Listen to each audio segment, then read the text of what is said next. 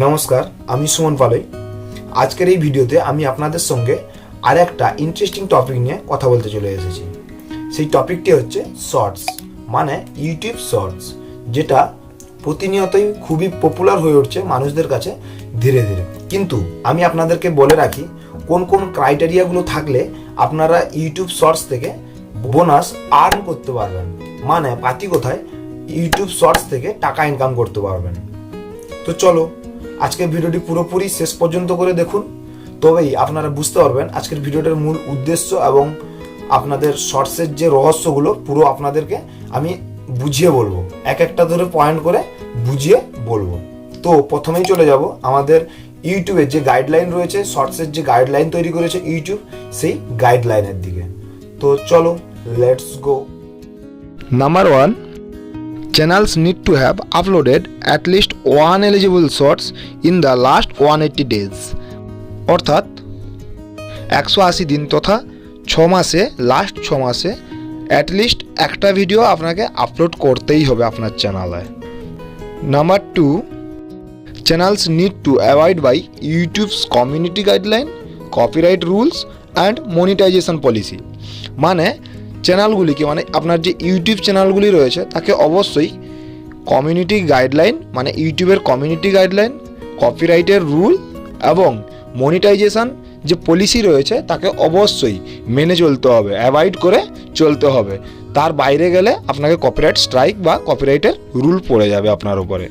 Channels must uploaded original content in eligible videos include but are not limited to non-original videos like unedited clips from movie or TV show, video featuring watermarks and logos from third-party social media platforms.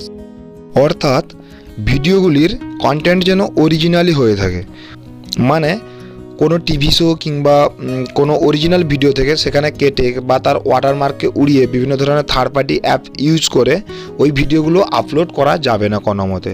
তাহলে আপনার video আবশ্যিকভাবে YouTube গাইডলাইনের আন্ডারে চলে আসবে।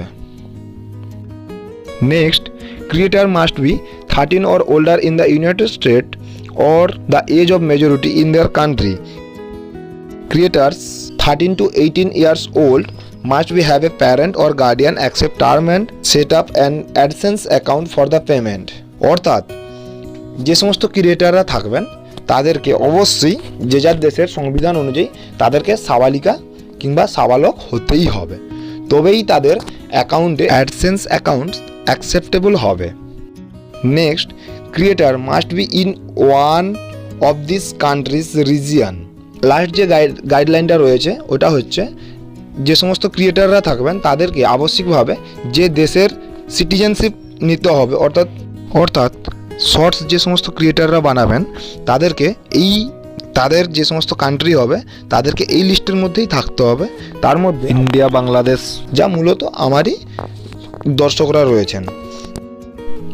তো আমি এই শর্টসের গাইডলাইনটা আমার video ডেসক্রিপশানে দিয়ে দিচ্ছি এবং আমার কমেন্টের প্রথম কমেন্টেই রেখে দিচ্ছি, তো চাইলে আপনারা দেখতে পারেন। এবং হ্যাঁ, অবশ্যই ভিডিওটি যদি ভালো লেগে থাকে তাহলে অবশ্যই লাইক করবেন এবং বন্ধুদের সঙ্গে শেয়ার করবেন এবং বেশি বেশি করে একটু শেয়ার করুন please. Thank you, thanks for watching.